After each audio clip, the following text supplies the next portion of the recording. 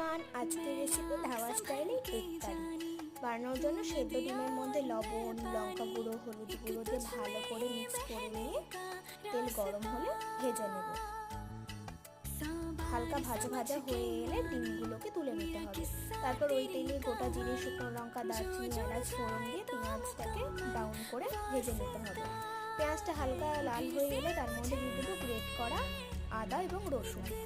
ভালো করে মশলাটা কষে নিয়ে দিয়ে দেবো পরিমাণ মতন গুঁড়ো মশলা, যেমন হচ্ছে লঙ্কা, হলুদ, জিরে, নুন গুঁড়ো সব দিয়ে ভালো করে কষিয়ে নিয়ে দিয়ে দেবো টমেটো কুচি, তারপর দিয়ে দেবো লঙ্কা। ভালো করে মশলাটা কষে এলে দিয়ে দিতে হবে পরিমাণ মতন জল দিয়ে কিছুক্ষণ নেড়ে নিয়ে তারপরে দিয়ে দেবো ভেজে রাখা ডিম দিয়ে ভালো করে মিক্স করে নিয়ে নামানোর আগে ধনেপাতা কুচি দিয়ে নামিয়ে নেব। তোমাদের আজকের রেসিপি ভালো লাগলে তোমরা সকলে বাড়িতে